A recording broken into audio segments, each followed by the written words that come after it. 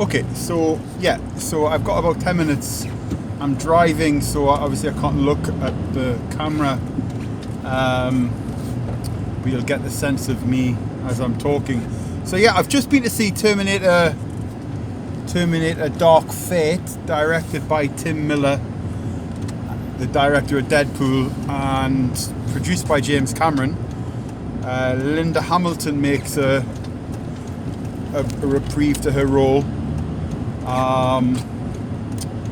So yeah, so what is my thoughts on the film? What a fucking thrill ride. A real fucking thrilling, epic thrill ride. I really was like high octane, lots of special effects, like stunts after stunts after stunts. Everything was just bigger and bolder and sort of out there. I don't want to put any spoilers into this. But the storyline, I don't know if I was. This is my first viewing. I think I'll have to see it again. I don't think I was emotionally invested in the characters as much as I was expecting to be. I thought, okay, James Cameron's back on board. He didn't write it. No, he didn't write it, but he would have definitely had an influence on the source material because he's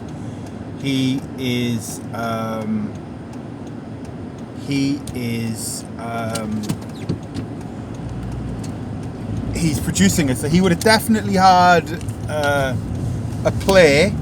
He definitely had a say in the source material, you know. So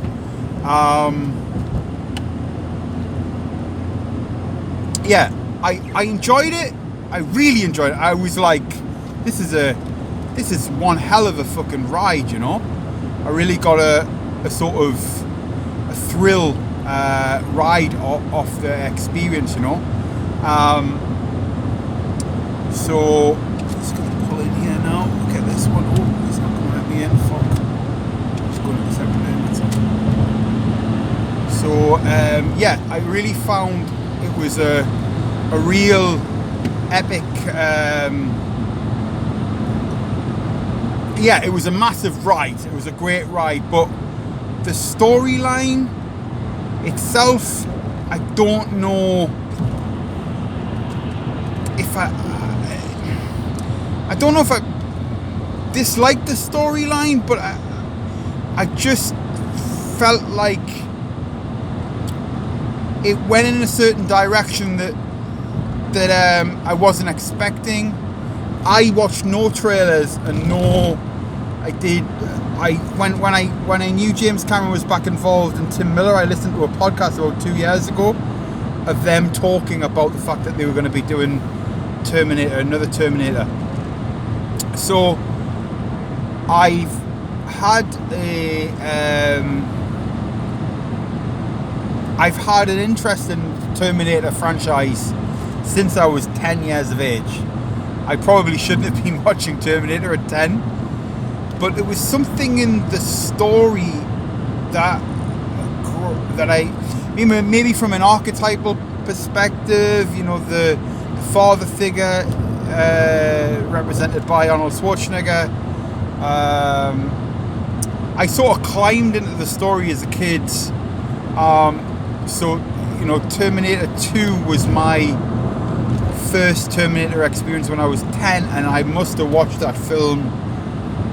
I must have seen it 50 times as a kid.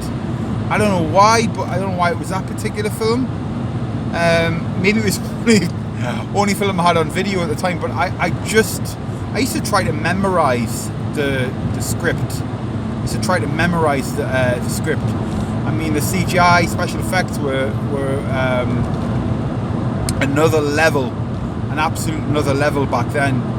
So yeah, so I've sort of like been involved in that Terminator world for a long time, and then I didn't see Terminator 1 until I was about 12 or 13, which is still relatively young for an R-rated or an 18 movie. I know Terminator 2 was actually 15 when it first came out. And then obviously Terminator 3, saw that at the cinema. Terminator Salvation. I don't know if I seen Terminator Salvation at the cinema. Maybe it was one of the only ones that I didn't see at the cinema. I think I saw that on DVD. I don't remember. I don't remember it enough. It never interested me enough to watch it again. I watched Terminator 3 a few times, and I think I've seen Terminator Genesis twice at the cinema. But one thing when I saw Terminator Genesis, I felt like I had seen so many trailers that it spoiled it for me.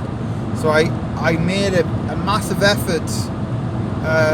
The two films that I made a huge effort with, without trying not to see trailers, over the last couple of years have been Blade Runner 2049, which I absolutely loved, and Terminator Dark Fate.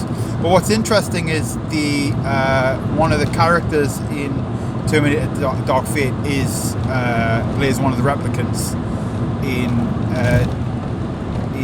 Blade Runner 2049. So like I always, my perception with Blade Runner 2049, I look at the sensibilities of the director or the sensibilities of the writers. I actually didn't do that much research on Terminator Dark Fate before I saw the film, because I kind of wanted to go in as fresh as I could and know as little as I could about the film. I wanted it to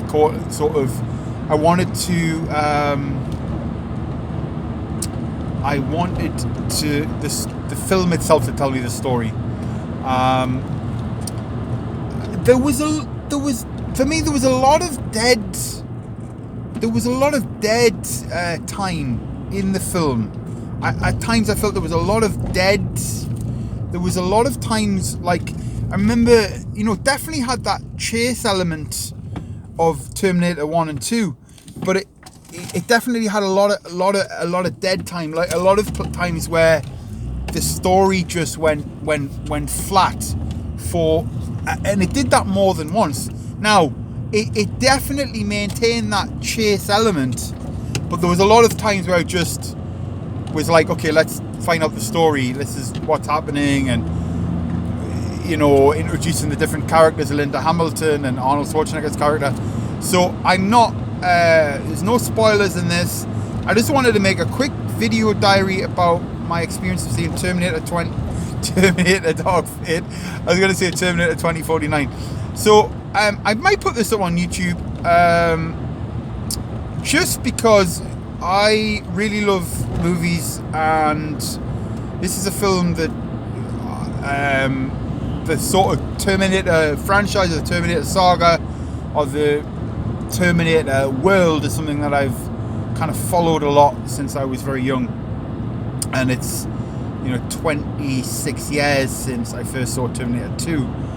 So, and I actually watched Terminator 2 again recently, just as a way to sort of get myself back into the world of Terminator. So yeah, I really enjoyed the film.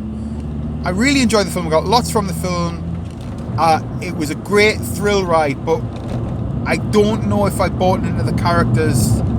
I don't think I was as emotionally invested in the characters as I wanted to be. And I felt that the storyline, which I'm not going to give any spoilers,